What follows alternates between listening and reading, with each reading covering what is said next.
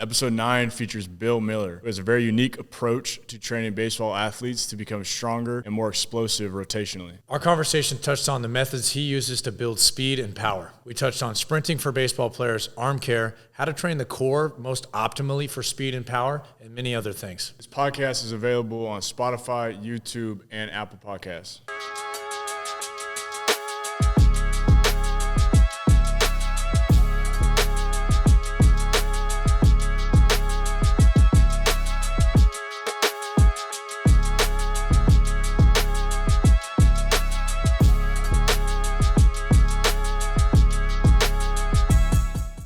Coach, well, I just wanted to say thank you so much for taking the time to come on and talk shop with us. We're really excited to have you on. Can you describe for us, a little bit about you and what you do?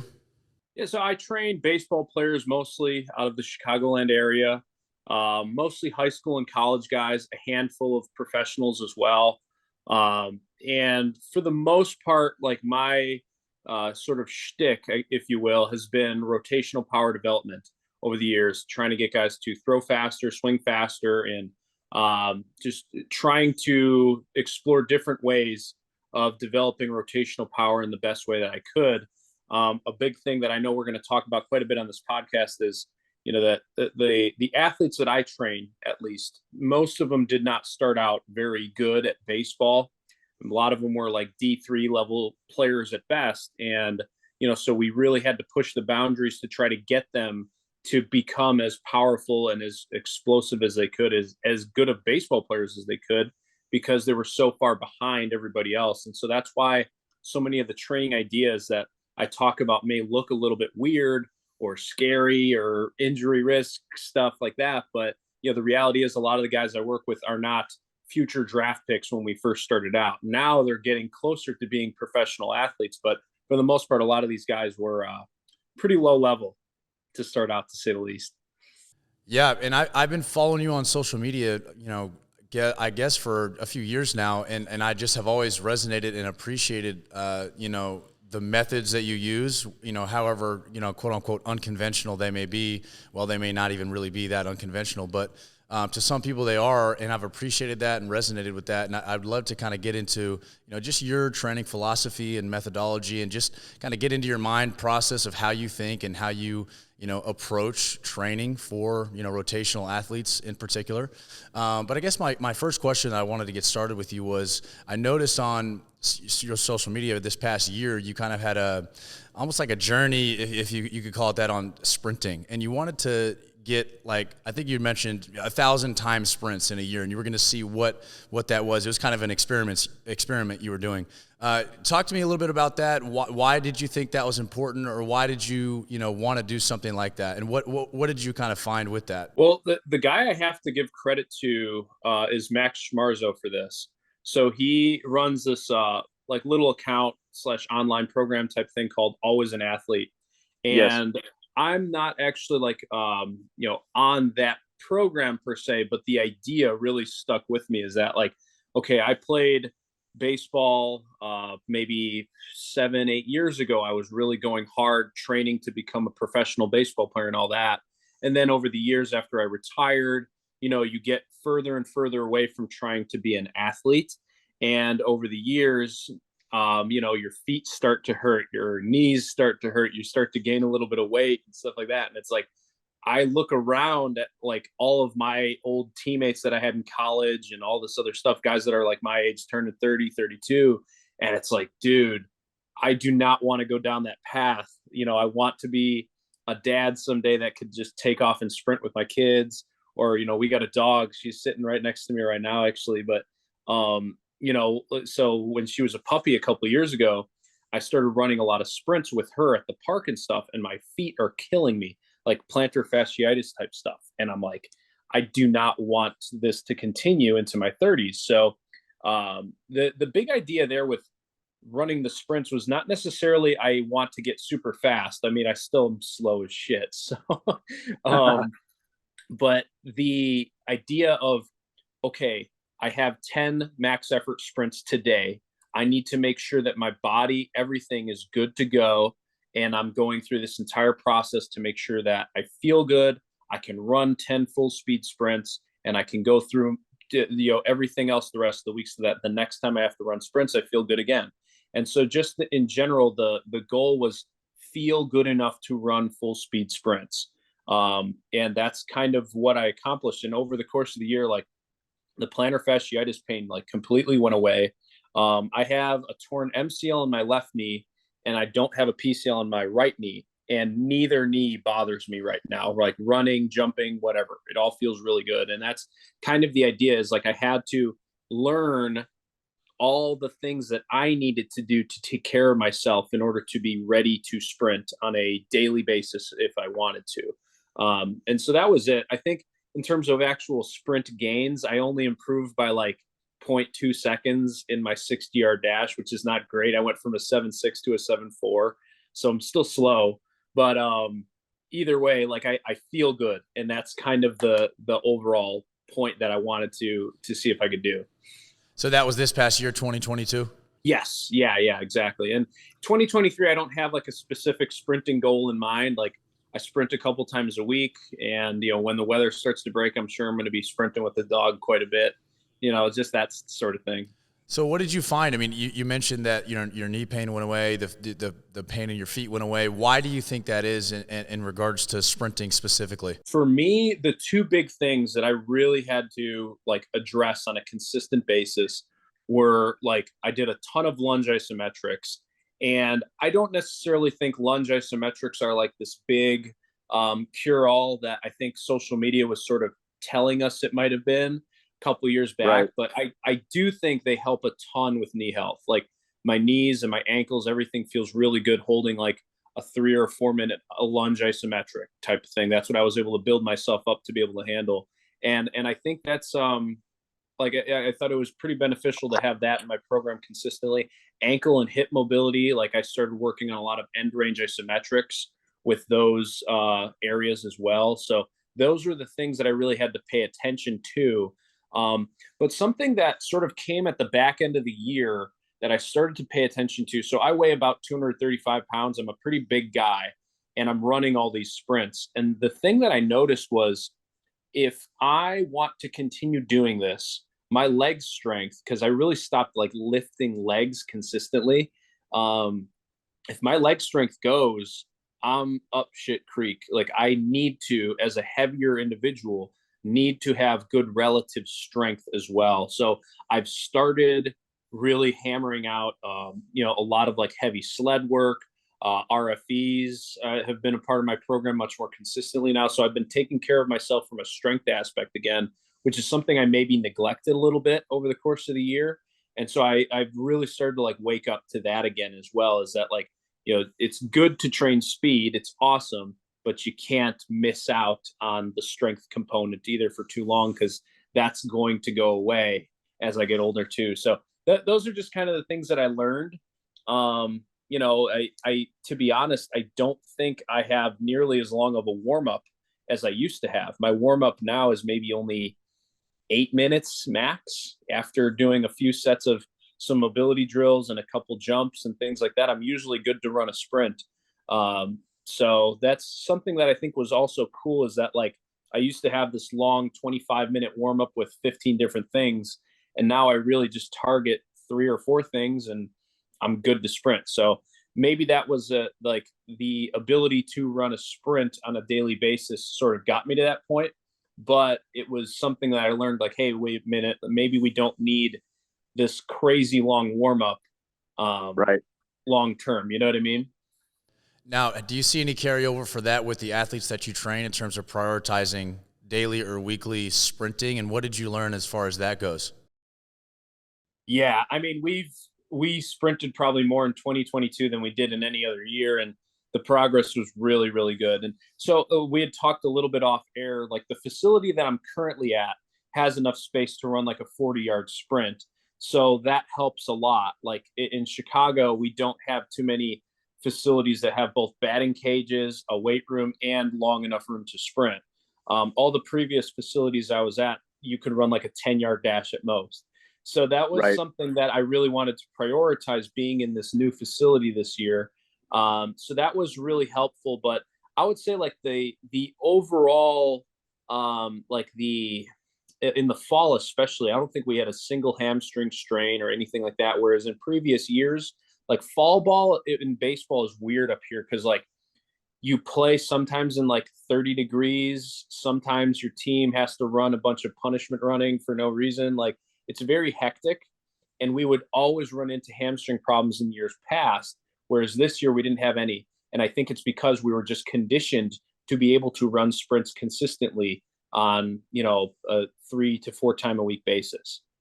Yeah, that's very interesting. And I think that's a key takeaway is, because you're preparing the hamstrings for the demands of what they're going to see, going into the season.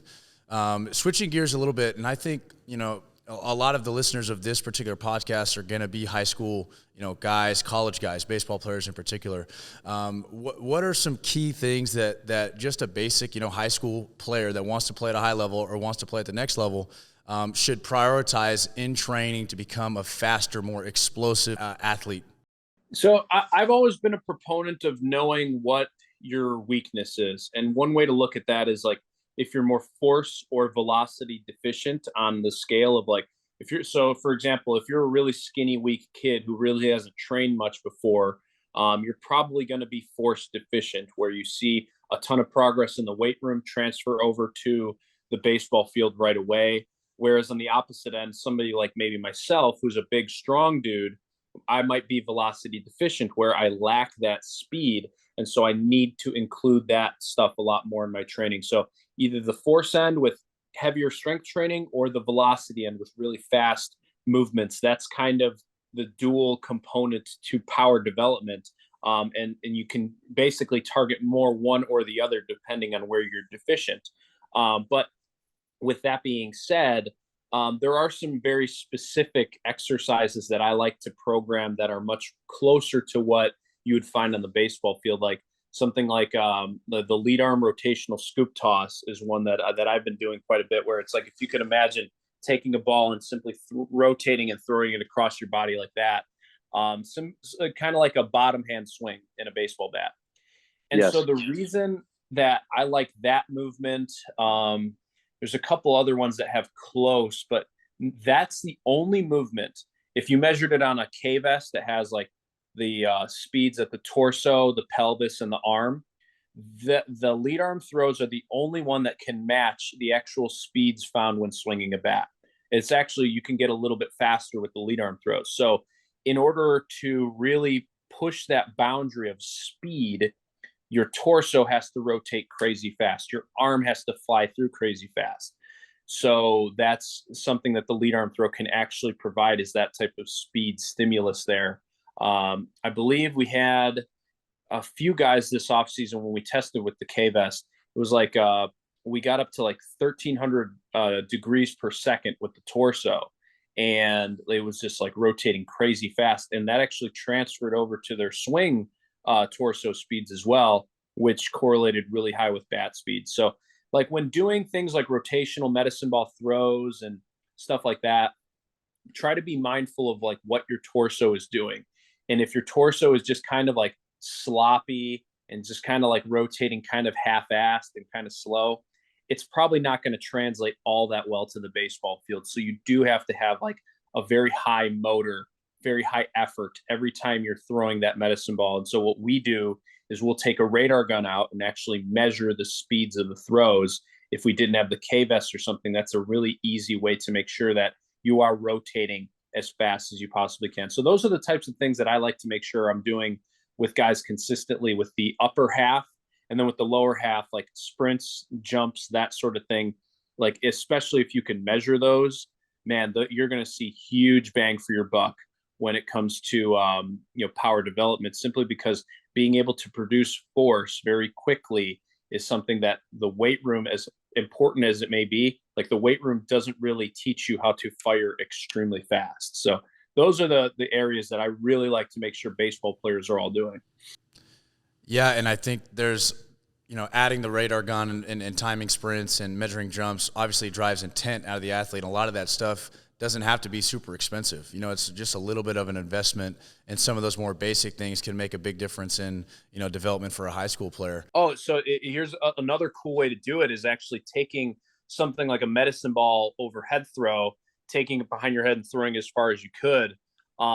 We had a javelin thrower that I was training for years. He was incredibly good at it. And like, as he got better at that throw, a lot of times he was throwing the javelin further and further as well. So there, you don't have to have a radar gun. You just have to have high effort.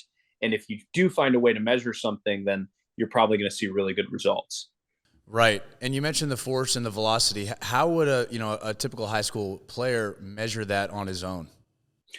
So I would say, like, as far as if you do have a radar gun, it makes it much easier. So what I would do is take like 3 different loads with a medicine ball. You could take a heavy load, a medium load, and a light load, something like, say, 12, 8, and 4 pounds, equally distributed weights, and then just measure the velocity at each load. If you don't have access to a radar gun, you could throw them for distance with like a chest pass or lying on your back, like a supine overhead throw is what I call it, kind of like a pullover style movement, and simply throw the ball for distance. And if you are really good with the heavy load and really bad with the light load, then you know that you need to train more with the light load. But typically high school kids, you're going to struggle a lot with that 12-pound or 10-pound heavier med ball. And then when they get the light load in their hands, they're throwing the thing through the universe. So a lot of times they need to gain strength. They need to gain overall force production. And that's what's going to make that heavier med ball jump at that force end of the spectrum. So that's one way that I like to do it. It's really simple. But even if you didn't want to go through that, honestly, what I've found, and I've started doing this just like recently, just this past off season, I had a couple high school kids and we just said, you know what, we're going to treat everything equal. We're going to go speed work earlier in a program. So like start your lower body lift off with like some sprints and some jumps, measure all of them. And then once we're good there, then we're going to go into like 2 main lifts and then finish with something like an end range isometric or eccentric type exercise, like a Nordic hamstring curl, and just kind of keep pounding at everything equally because it's all important. And then over time, like the results really started to show up. So that's another way to do it that, in my opinion, is probably just as effective and it's just as simple. And I think probably the best way to do it for a developing high school athlete, who they're probably going to be both force, deficient and velocity deficient, and just hammering away at those basic things, they're going to become faster and more explosive and more powerful, and not trying to get too specific too soon and continue to eke out all the benefits they can from those relatively basic movements that you described, and not trying to overcomplicate things. Is that kind of how you see it? 100%. And so if you think about it, like, so there was a concept that kind of stuck in my head.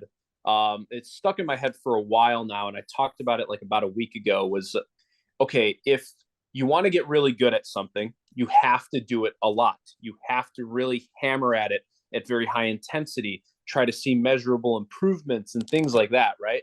And so you basically, I think the quote I said was like, you're best at what you do the most. And so when thinking about it, as a baseball player, for instance, I talked to Jack Sawinski. I trained him a little bit back in the day. We talked, and one thing we were talking about is like, how many swings have you taken in your career? Like, we're just trying to like come up with like some math in our heads, basically. And what we came up with was probably about 250,000 swings is how many this guy's taken. And now he's in the big leagues, right? And so that's, I think it came out to like 6 days a week, 80 swings a day, like 300 days out of the year.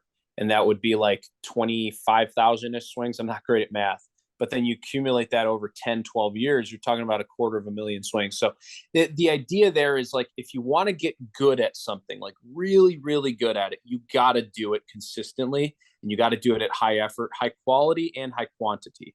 So now take that same concept and apply it to the weight room. If we know that pressing power and lower body power and upper body pulling power, those are 3 important areas that we need to strength train, then we better be doing them consistently a lot. Like, rack up those sets, rack up the weight, like keep improving consistently, because if you keep doing that, you're going to make some great adaptations occur because you're consistently attacking those areas that matter the most. Right. And I think that's a simple enough concept, right? If you want to get good at something, do that thing. But a lot of athletes, especially developing high school athletes, they don't understand that. And when they go to the weight room, their training does not reflect at all the specifics of what they need to do in their sport. And then they wonder why they're not improving, or they wonder why they get injured. So talk to that a little bit about, okay, and that's just the principle of specificity, which is simple, but athletes get away from it and they don't understand it. So sometimes having a qualified coach to kind of take them through that and educate them on that is important. But talk about the weight room too, because the weight room is general in nature. How can you improve specific qualities as a baseball player by utilizing the weight room, which is general in nature? And how do you kind of bridge the gap there? I think one of the simplest ways is to use a bar speed sensor. There's some that are getting more affordable out there, but the way that I would do it is like this. Okay, we know we need to rack up a lot of high quality, high effort reps. That's what's going to move the needle, that high threshold motor unit recruitment, right? We get everything firing every single rep. Well, if you're using a bar speed sensor, it'll do two things for you. Obviously, number one is you can see the number pop up. So intent is going to be high, and we can actually measure something there to see that we're making improvements over time. But now you can also start to monitor fatigue as well. So rather than a kid just saying, okay, I'm going to take this set of deadlifts, a set of 10, and I'm just going to be gassed doing terrible reps at the end of the sets, 3 sets of 10, I would rather them do 6 or 8 sets of 3. Even though we're doing less overall reps, each rep is going to be high effort, especially if you have a bar speed sensor there. And if you did have a bar speed sensor, you'll see that their speeds per set all stay relatively the same. They're not dropping off by a ton. So if they were dropping off, that fatigue is setting in. Now those reps, for power development at least, aren't really going to move the needle that much. You want to get as many reps as you can, as close to your max speed, even if you're moving a heavy weight. That's my opinion of a way that like a more advanced trainee that I will have will start to like get better transfer from the weight room to their sport. Obviously, as like a young kid, like we all know it. Like if you take a 14-year-old skinny kid and you just put them on a bodybuilding plan, they're going to see hella results just because they're so deficient overall. But after a couple of years of that, like we know that they can't keep doing that exact same workout plan. We got to change it. So that with the bar speed sensor is one way to change it up a little bit. Another way that I've started to change it up in the weight room too is instead of focusing on 1 rep maxes, you could focus on a bar speed max at a given weight, like improve a speed at X weight. That's one way to do it. But we've also been using a crane scale lately, and it's really cheap. It's like $50 on Amazon, and you can set it up in whatever sort of position you'd want for an overcoming isometric. So for example, like a rear foot elevated position, we set that up with a belt for like a belt rear foot elevated squat, and we just pull on the crane scale in that position as hard as we can, and we get a pretty meaningful number now for lower body overall maximal strength. So now instead of having to put 400 pounds on a guy's back, we can simply set up the crane scale and let them rip it as hard as they can. And now we're getting like a meaningful measure of, okay, this is what your strength in this exercise really is. And let's see if we can improve it. And a really good example of that is a guy, he's out in spring training right now, Ryan Fitzgerald with the Red Sox. And so when we started that RFE ISO with the crane scale, I think he was only like 350 pounds or something like that, which doesn't seem that bad. But then like about a month and a half later, he was maxing out the crane scale. So he was getting like over 300 kilograms, which is like 650 pounds. So like he was able to gain a ton of strength. Now, granted, isometric strength testing is weird like that, and that like guys can make huge increases simply by improving in their positions and stuff like that. But still, he gained a ton of lower body like strength, and we didn't even have to put that much weight on his back, if that makes sense. Yeah, and I like that too, because you kind of take away the skill of, say, a squat, for example, right? Or doing a 1RM squat, you get the benefit of not having to take the risk of doing that. And then taking away the skill of that exercise, because that's just an exercise, right? Strength doesn't mean how much you can squat. Strength has a lot of different, you could define it in different ways. So I think that's a great idea for athletes is finding different positions where they can measure quote unquote strength that can transfer in a lot of different positions. What are some other ways you use the scale as far as maybe upper body strength, or how to measure improvement in other areas? We've been trying to experiment with a bunch of different ones. There's some guys that really like a couple pitchers actually. They like getting into like a deep pec fly type position and kind of pulling on the crane scale from there. Think about like a standing cable pec fly. That position is one that we've been going with for some of the guys. Some of them like it, some of them don't. The one that kind of across the board everybody does seem to like though is the it's like a rear shoulder, like 90-degree external rotation. So you're pulling on the crane scale, and that way you could also do it with an arm extended. But measuring sort of just that rear shoulder strength in general is really interesting. And so what we found is, like, if you, let's say you can get 30 pounds in that exercise, 30 pounds of force, that's pretty good. But then you go and throw really intense one day and your arm is kind of gassed. A lot of times it shows up in that rear shoulder isometric test. So it might be down by like 8 or 10 pounds or something like that. So what we do is we use it almost like as a readiness test prior to even throwing, where if they can't get a really good number on the crane scale that day, they're not going to throw for the radar gun until their shoulder is right again. And that's kind of like a very easy way to monitor fatigue and readiness. And now you're preventing a lot of injury because they're not throwing through that fatigue that they might have had. Yes, and I want to get into that a little bit. Is how can you, as a strength coach / performance coach, how can you manage weight room work and on field throwing work and volume of throwing, and all other aspects of a training program: running, jumping, lifting, throwing. How do you manage that, and what do you do to make sure there's an athlete isn't overstressing their arm, their shoulder, or other parts? How do you manage that, as kind of the director of that athlete's performance?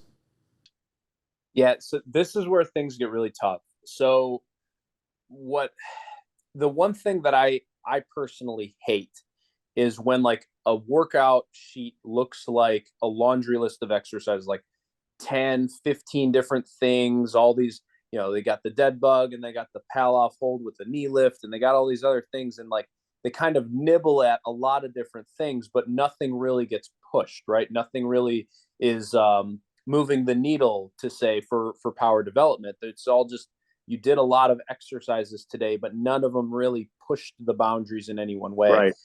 But when now we say, okay, well, we're going to push the boundaries in something, you're going to run into fatigue, like a lot of fatigue. And so this is something I've had to learn over the years. Like, if somebody's numbers, and we measure a lot, we'll measure anything from a medicine ball throws velocity. We have that Proteus machine that measures everything you do. We measure bar speeds, all that.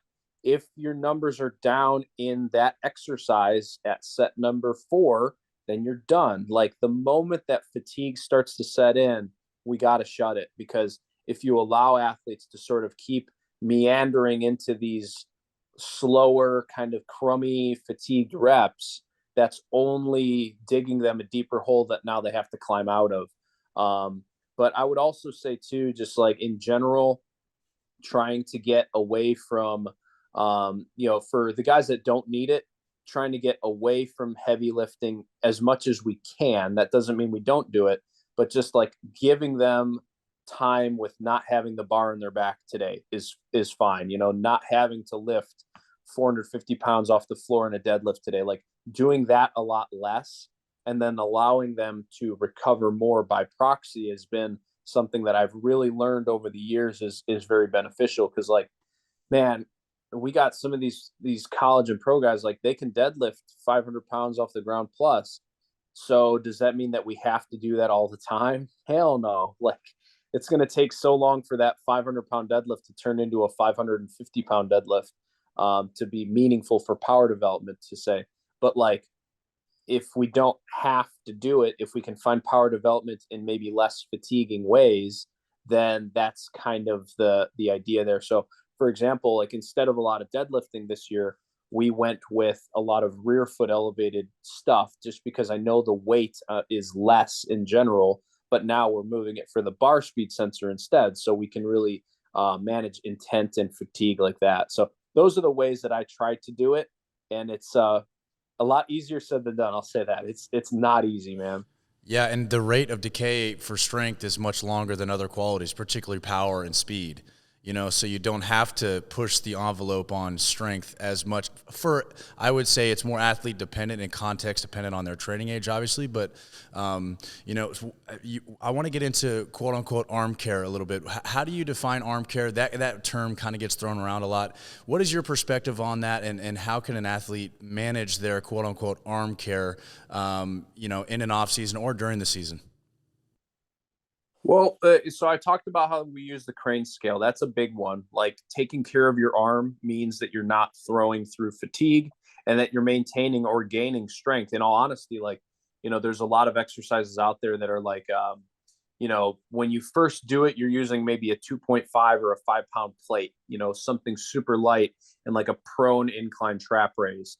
But a lot of people just stop there and they never really progress from that.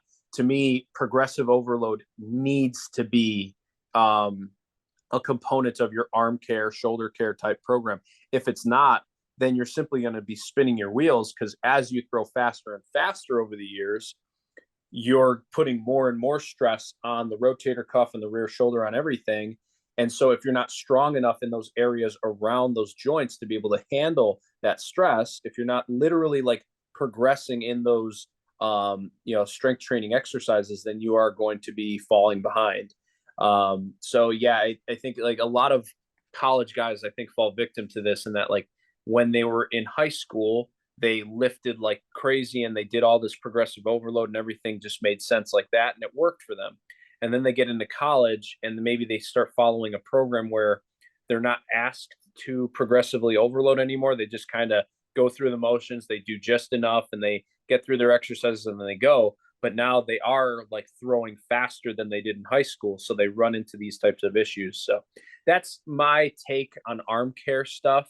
There's a lot of exercises and things that you could do. But for me, the exercises that I've found the most bang for my buck for are measured isometrics on a crane scale and eccentric overload type movements, helping really train that ability to decelerate the shoulder, like training the ability to resist excessive lengthening at those muscle groups around the shoulder, because that's really what you need to sort of keep everything intact as you're throwing faster in the future. What specific exercises would you employ in that situation to get that eccentric overload as far as deceleration for the upper body?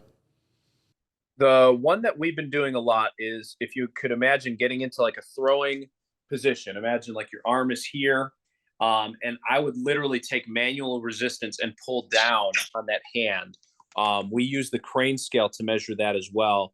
You can also do something like if you have a dumbbell here in an externally rotated position and you go through that motion, you can use two hands to move up maybe a 30-pound dumbbell, which is something maybe you couldn't do with just one hand, kind of like a Nordic hamstring curl for your shoulder.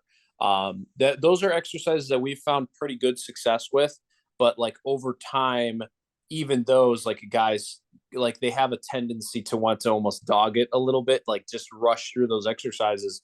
And so you have to continue to remind them, hey, like if you are not giving maximal or very close to maximal effort with this exercise, it's not going to move the needle for your strength training. So like a lot of times kids will have a lot of cool, nice looking shoulder exercises in their program, but they're just kind of like half-assing it and just kind of going through the motions, checking off those boxes on that laundry list. And it's just like, you're really not moving the needle for strength development. So that's how I like to look at arm care. That I think Max Schmarzo was the one who brought this up a while back, was just this concept of like, if I was the best at a given exercise in the whole world, what would that mean for my athletic development? So let's say that movement was something like a standing overhead throw for distance, which is actually what a lot of javelin throwers will do. The best in the world at that are typically going to be your most powerful throwers in javelin.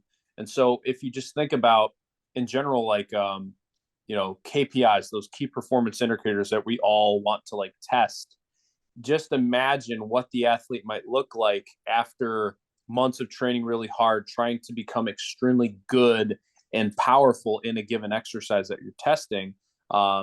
If you could just imagine for a while what they might look like after they get really good at that movement, that will give you a good indication of how much it'll help with baseball power. And so that's another one why like that lead arm rotational throw, I feel like is so crucial for baseball hitters and maybe for golfers a little bit, but just swing power in general, because it's like, all right, if I can train you to be the best in the world at this lead arm rotational throw, ripping it across the body at 50 miles per hour, you're going to have the engine to be able to swing a bat extremely fast.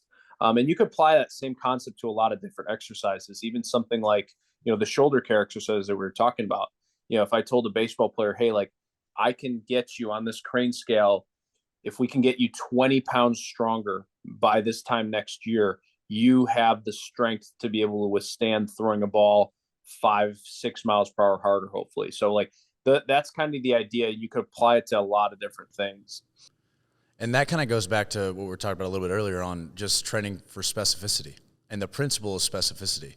And you talked about, getting good, or how well can I do a certain thing to improve at that thing, So I think just the principle of specificity is, getting back to that and never getting too far away from that, I think is important. Is that kind of what you're saying?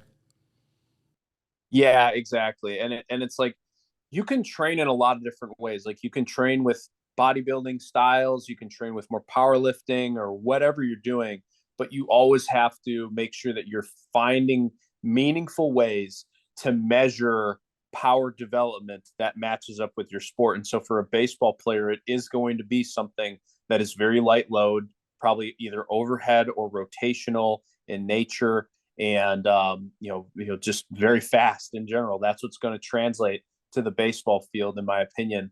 But like an argument that will come up from time to time, and you guys maybe have seen it, is like, well, medicine balls aren't necessarily like fast enough to impact the swing, and lower body power output matters more in general. So that's what we should focus on. But it's like, well, if you're doing these movements properly, you should be rotating the torso extremely fast. You should be using the ground extremely well. So those are also things to pay attention to. And that like a great ground force test, for instance, yes, most of the time it's going to be a lower body based movement, but it should also show up in a rotational medicine ball throw. It should show up in your swing as well. So those are all like kind of concepts here that a lot of people like to argue with me about. But in reality, like, I really don't care. The idea is the same, though. We should always get stuff to transfer closer to what we're doing on the baseball field.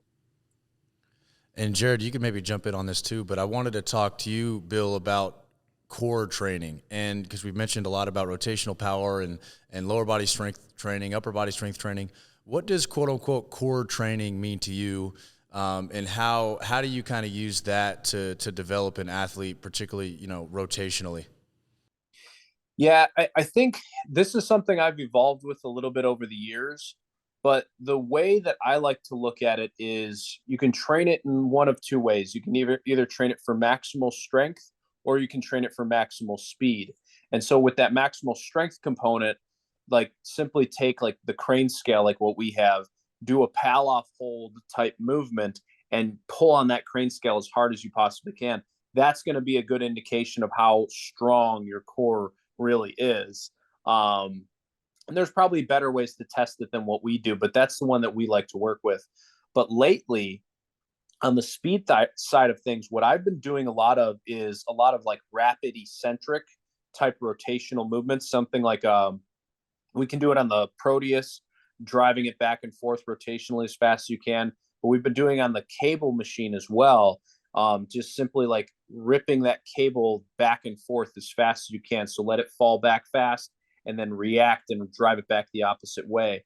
The reason I've been thinking about doing stuff like that is because like a lot of the ways that we use the core in a swing is very like fast start, fast stop. Those are the guys that have really great core strength and good rotational power for the most part. So being able to do those sorts of things in training, like handle the eccentric portion, be able to be isometrically strong, those are the two areas that I like to think about for core strength in general, because I think it's a little bit more specific than maybe something like a reverse crunch might be, if that makes sense. I think that's a part that is missed a lot in the core work. And I think to try to visualize what you're saying is, say you have a Kaiser and you're doing a chop, you're basically saying like, hey, you have, a invisible wall here and a visible wall here, and you're trying to hit those and stop as fast as you can. Is that kind of what you're saying in that setting? Yeah. I think a lot of people don't do that. It's a lot more just rip it as hard as you possibly can, and there is no eccentric or stopping. But in my experience, is having that stop and go, you see a lot of deficiencies with people, even though they might say, quote unquote, I have a super strong core. Exactly. And so like you see in baseball, at least you'll see people trying to do it with like a baseball bat, where they'll do like these gimmicky drills sometimes where it's like a slow swing and they stop it on a dime. It's like, no, if you want to really create adaptations, especially to like all the muscle groups involved here, if we want to like really change how the core is, then you have to really try to go as hard as you can, as fast as you can, and then try to stop it or try to reverse it as fast as you can, because that's what's actually going to create like structural change to the muscles and all the different connective tissues in the core. And just thinking about like what the core does, it does that dual job of like acceleration and deceleration. So you do have to train both sides of the coin in order to transfer that up the kinetic chain, basically.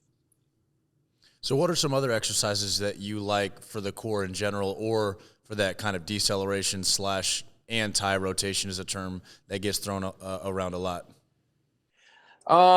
So like one that's been going around recently, I haven't programmed it much. One of the exercises that it's like, I think they have like a bar on their back, or maybe they hold it Zercher style, and they rotate their body back and forth. That actually looks kind of cool. The problem that I see with it, and the reason I haven't programmed it for anybody, is like, this is a 45-pound bar in the back, and we haven't done anything more than maybe 20 pounds in a rotational exercise all off season. So it's like you're doubling the load on the athlete, and that's probably like a little bit too drastic of an increase there. And I think a lot of these types of exercises get a little risky when it comes to injury risk, because you're using the muscle groups in that like that eccentric stress type of way, in that it's so stressful, it causes that damage and that fatigue. And if those areas get damaged and fatigue, now they're not going to be able to transfer energy very well, but they're also going to like have a higher risk of injury, oblique strains and that sort of thing in the moment. So you do have to really like watch your volume, especially at first when you're doing these sorts of things. So it's something like I've started to experiment more with, but maybe in the off season we can build ourselves up to handle more of that type of stuff. Yeah, I mean, it seems like that style is, I think it's been around, but it's getting more of a, I don't know, social media viewing, and people are doing it more often now. And I think what you're saying is spot on. A lot of people go from doing the planks, side planks, pull-off presses, maybe not that great, reverse crunches, and they just try to jump straight into that with no understanding of the intensity or volume of it. And, that could, it's not just doing that is going to make you better. Is another example you'd use of that is what I've seen is kind of like the fake med ball throws. Would that fall into that category of what you're saying? Yeah, that's a great example of a way to like start to bridge the gap to maybe being able to handle a bar on your back, rotating it really fast. Yeah, like maybe like an 8 to 12 pound med ball.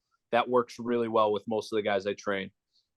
Yeah. So when you do program something like that, are you doing it where it's 5 reps of the fake med ball throw, or are you doing like 1 rep fake med ball throw into a med ball throw? Usually just like 5 reps.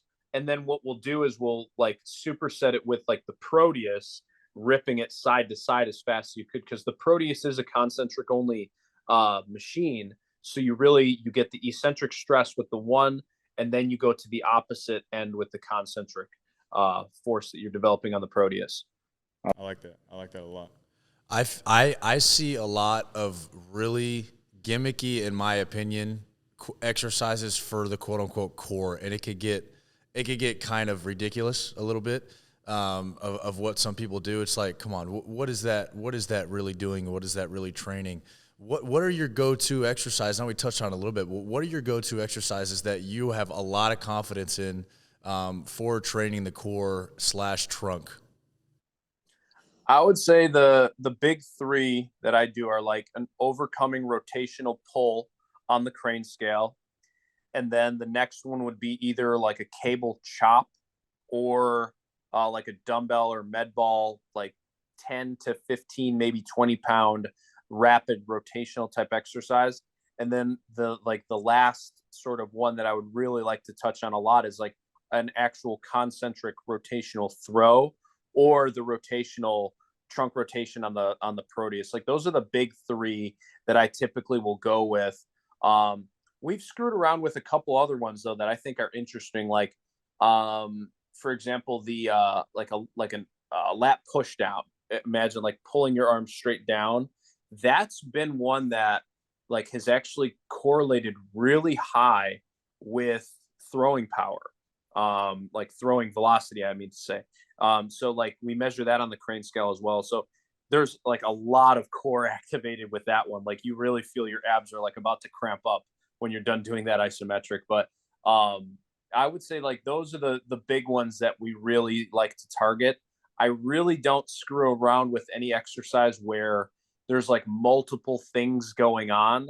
Like we're holding a kettlebell here and then we're driving the knee up and trying to move laterally. Like I don't like combining different exercises. It's just never been my style, to be honest. But it's also very hard to measure anything with those things because it's like, all right, I got better at that movement, but did I get better because I'm better at balancing? Or is it because my shoulder's stronger? I can hold the weight up higher. Like, excuse me. I've never been a fan of like combining too much different crap all in one.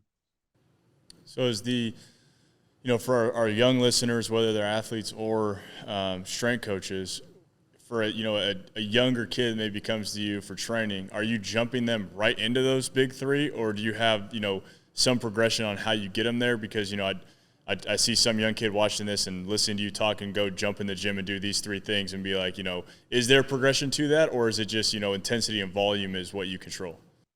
The first two areas that we're going to attack are the isometric, like that rotational isometric or that pal off hold type one with the crane scale. That's probably going to be the main one, honestly. And then if we start to get really good at the pal off hold, then we go to the cable chop, concentric focus though. And then as they start to get really good at that, we're probably going to hammer those out for honestly like a year or two. Like I'm not worried about the rapid eccentric stuff until the basics stop working. Until you've reached the point where your pal off hold is 85 pounds and it's like, okay, there's no way we're getting another pound out of you this off season. All right, let's try to focus on something different. But that's the way that I would go with it. And then the rapid eccentric type stuff, maybe you can go with like a 6 to 10 pound med ball. I think that's fine. But like the heavy rapid eccentric chops that you might have seen like some of my pro guys doing this off season on social media, do not go straight to those if you're in high school. Please do not. Like, I don't want you to rip your oblique off your spine. Now, do you have, I've read about this a lot. Lucas actually just sent me an article the other day about this. Do you have any issues with guys saying, quote unquote, this is boring? Like, I want more variety. And then how do you deal with that if you have had those situations? I haven't had that issue, actually. Now that you mention it, I don't think we have. I think the reason that we haven't, though, is because like all off season, we had a pretty packed gym and there's always somebody competing with somebody, whether it's on the Proteus, on the crane scale, on the med balls. Like literally every single day, somebody was like calling out somebody to compete with, because many times we did have a lot of the same exercises crossing over between all the college guys, and they've been training together for so long. So yeah, like there was a lot of competition and it made it pretty fun. I just think in general, there was like a a general understanding of like, if this exercise is in my program, it's not just to be checked off and done. It's supposed to be like, I'm trying to hit a PR in it, basically. That was the idea. And so if a medicine ball throw is in your program, we're using the radar gun for velocity or whatever the movement is. There was only a handful of exercises that we really couldn't measure. Maybe something like a dumbbell row. We never really screwed around with measuring bar speeds on that. But yeah, for the most part, everything was measured, and that kind of made things a lot more fun, I think. No, I love that because I think there's a lot of young strength coaches that need to hear that because they think like, oh, I got to change up movements, or I got to change up exercises. This is born, and kind of the way you said, it's competitive. There's kind of a culture around it. Every day is, we're trying to get better, competing against someone. I think that's a great way to kind of bridge that gap to like, hey, these things work, and we're going to crank away at these. And in order for you to get really good at them, it takes time. You can't just do them for 2 weeks, 3 weeks, and then just throw it out the door and never do it again. I think that's great. 100%. Yeah. We kind of touched on this at the beginning of the podcast, but like, if you look at an exercise as, something that you want to be the best in the world at this exercise, it's going to take a lot of time. It's going to take a lot of effort. And if it's a meaningful exercise, then it should positively impact your athletic development if you were the best in the world, or you were really, really good at whatever the movement is. So if you look at it through that lens, things start to get a lot more fun, I think, even if it's something as simple as a pin press for, bar speed or something like that. Switching gears a little bit, and I know Eric Cressy has done a podcast on this topic, and it was amazing and really detailed, but I want to get your take on it too. A relatively controversial subject, but, the issue of baseball players and bench press, barbell bench press, right? Especially in high school, right? So what's your take on that, and would you recommend it, yes or no, and why? I don't know if I recommend bench press straight up. I think pin press is what we've found great success with, because you can set the pins up at whatever height works for that guy's shoulders. Landmine presses are good too. The problem that I found with bench press over the years is maybe a little bit different than what Cressy found. He's obviously a genius when it comes to shoulder stuff. I could never imagine being that smart when it comes to shoulders. But the thing that we found was, we're trying to move this bar super fast, and now guys are taking the bar and just bouncing it off their damn chest, and it's coming up like super wonky, super sideways, and it's just like, all right, this ain't it. Like, if we kept benching like this, somebody's going to get hurt, and we're not going to make any progress. So that's the issue that I had with bench press. And I would say, as far as the shoulders go, I would liken it kind of like what we talked about at the beginning with like sprints. If you can't do a bench press because your shoulder hurts, it's not the end of the world, but you should train yourself to be able to handle a heavy pressing movement pain-free. If you could eventually train yourself to be able to do that, then throwing a baseball should feel better as well. It's not the same thing necessarily, but being able to handle stuff, being able to handle heavier loads, that's something that I think is very important. So I think far too often people think bench press is bad, never lift heavy. Like they take that thing and they throw the baby out with the bathwater. But the reality is, like, it's not going to work with everybody's shoulders. And maybe there are safer ways to press heavy at high intensity. Now, was that pin press, was that with a barbell? Was that with the multi-grip bar? How did you guys set that up? Yeah, we have the multi-grip. I think it's called the American Cambered bar or something like that. It's got the little ridge going up around the chest, and it's got all the, like, it's like a football bar basically. But I like that one a lot. I think it's really clean, and nobody has had any issues, knock on wood, with any shoulder stuff. So. And as far as pressing versus pulling, you hear the ratio mentioned and thrown around 3-1, 2-1, whatever people say, which I've been a little skeptical about. What is your take on that? Is that a real thing? Do you definitely want to make sure you're really prioritizing getting that specific ratio, or what is your view on balancing pressing and pulling for overhead athletes in particular? I don't necessarily think I prescribe to a ratio. Rather, this is what I've found. The ratio winds up being that way because the lats, which are the primary mover for upper body pulling movement, the lats are enormous and they can handle a little bit more fatigue than the pecs. So when we do like a bar speed sensor with like a lat pull down, for instance, or maybe something like that, and we do a bar speed sensor on our pin press, a lot of times we might be able to only get like 5 sets of 3 on the pin press before they run into fatigue and those bar speeds begin to plummet. Whereas you can usually do like 5 or 6 sets of like 4 to 5 reps on the lat pull down before bar speeds or the speed of that rep really starts to fall by a great amount. So the like usually you can handle more in your back than you can with pressing exercises. That's at least what I've found. And that's the reason that in a workout, I might have 4 to 6 sets of 3 programmed for pin press, where I might say 4 to 6 sets of 5 for a lat pull down, because I know that just doing a set of 3 lat pull down, you probably have a couple more high effort reps in the tank before fatigue starts to set in. Yeah, I mean, I think basketball is, in my last situation, the guy I was working with did not lift upper body, just didn't believe in it, didn't want to do it. So, our big focus when it came to upper body was, more rotational core, more holding isometrics from a lower body standpoint, and then getting some pushing and pulling.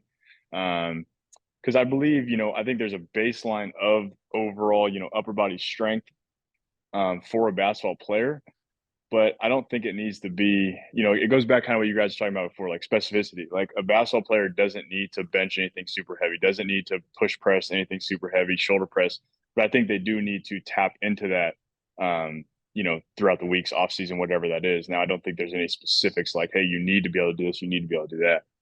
Because like I said, my last client, we barely lifted upper body. Like we never did a dumbbell bench.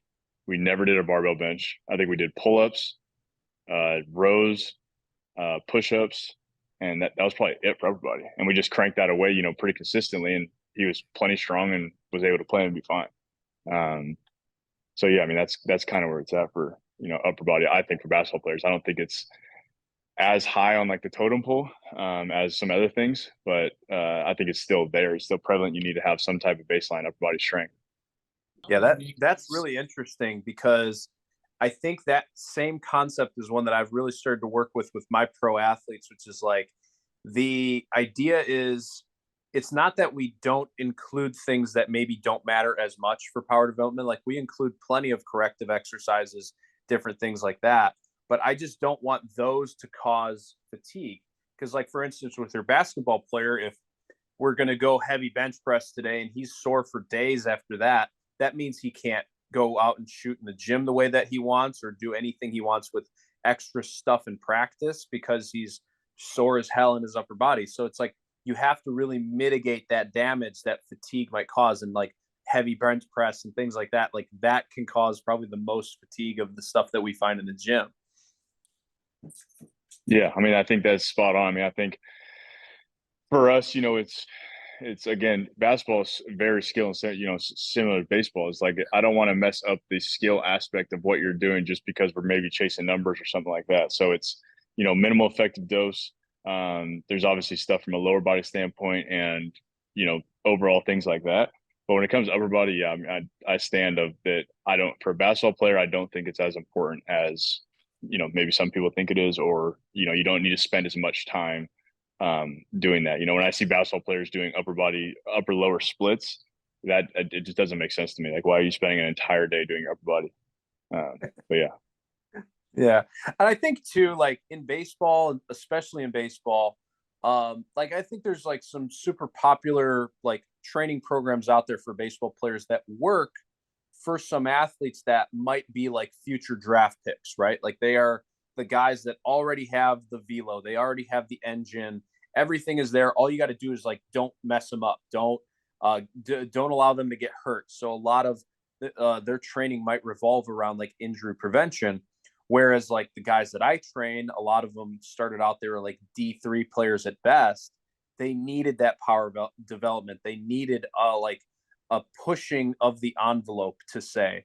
And so like for kids listening to this right now, if you're, that kid from, Southern California that's throwing 94, you probably don't need to do as many of the experimental explosive exercises that I do because you're already super explosive. You get what I mean? So like you have to really know who you're working with, what type of athlete you are, and what your career needs to look like going forward in order to, achieve your goals.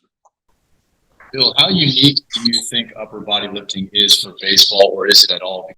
I don't think it's all that specific at all. I mean, we're all working with the same human body. We have to be able to move our limbs up, down, left, right, and the stronger you are, typically the better you're going to be. You do have to have a great range of motion in throwing a baseball, but to me, that's like not going to be very much impacted by what we do in the weight room. At least it shouldn't be. I will make sure that athletes are, pulling through full ranges of motion and stuff like that. Not because I feel like it's going to make you super stiff if you don't, but rather I want you to be able to be strong in a deeper end range of motion, because that matters when throwing a baseball. But outside of that, I mean, the act of throwing is what's going to keep you mobile. It's going to keep that mobility in the throwing. So if you're not throwing at all for a long period of time and you lose mobility in your shoulder, it's because you stopped throwing, not because you were lifting. You get what I mean? So yeah, I think people get super scared of getting super stiff or whatever, but I think it's all BS. I can't believe I forgot this because this is one of the first things I picked up on. At the beginning of our podcast, we talked about how I sprinted 1,000 times last year for time. Some of the workouts that I did were very condensed on time. And so I had to get 10 max effort 20 to 30-yard dashes in like an 8-minute window or a 10-minute window, something super short. So I didn't get to rest that very long. Over time, what began to happen was I was able to hit PRs on my 8th, 9th, and 10th sprints instead of like being completely gassed by it. And I didn't do any extra conditioning. I only ran the sprints and that sort of thing. So there's been studies talking about this same concept as like the act of being explosive, like a sprint or a jump, resting for a short amount of time, and then being able to do it again and stay at your PR or close to your PR for a long extended period of time. Like the specificity aspect is how you create conditioning. And so that's my take on it all. It's not necessarily to say that running long distance is a bad thing. There might be some benefits there for some people as far as cardiovascular development is concerned. You do have to have healthy, everything in your internal organs. But if you are doing it at the expense of speed, that's when you're going to start to run into problems. So in my opinion, you can create just as good, if not better, of a conditioning effect for baseball players if you train them to be explosive, rest for an extended period of time, whatever seems appropriate, and then do it again and do it again and do it again and keep trying to maintain a high level of speed in whatever you're doing, a sprint, a jump, whatever. Yeah, I mean, I think too many people, I think we see it in every sport. I think people's go-to thing when they hear conditioning is just run aimlessly. You see it in basketball with suicide 17s, 30 seconds with a 10-second rest and then go again or whatever you get, however much time. And you see it in soccer, you see it in baseball where I remember being in college and our baseball team would just be running circles around the baseball field for like, I would go lift and come out and they would still be running. So I think you see it a lot in like every single sport. Every sport has their, standard drills that have been around for years and years and years. I think slowly, we've talked about it a lot on this podcast, and I think slowly as people talk about, what you just talked about, Bill, and the understanding of like true speed work can actually fall into a conditioning bucket.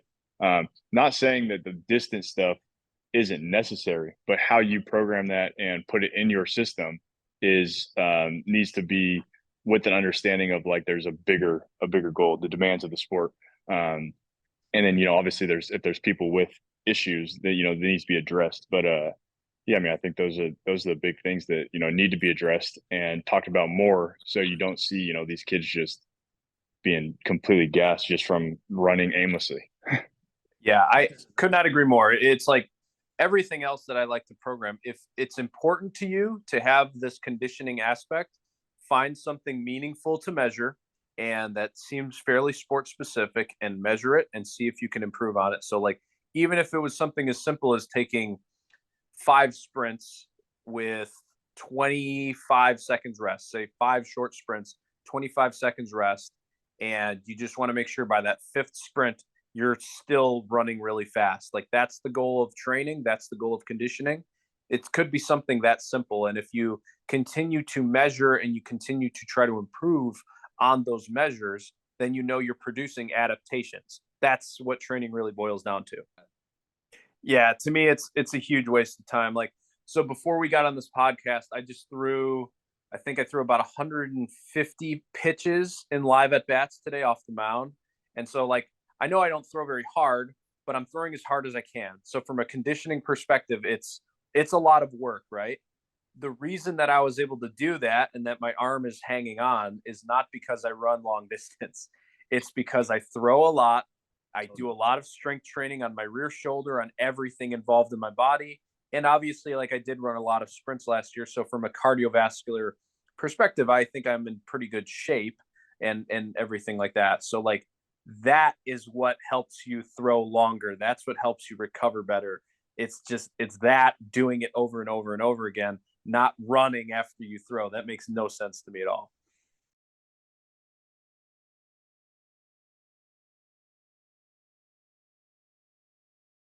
Can you give us or the listener just some more information on your book that you have and your social media and how they can find you on social media?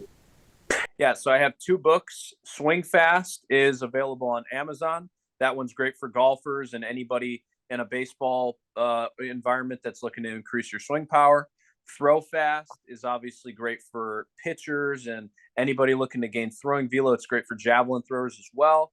And then you can find me on Instagram at Bill Miller Training or on Twitter at Bill Mills, BILLMILLS. Appreciate you, Coach.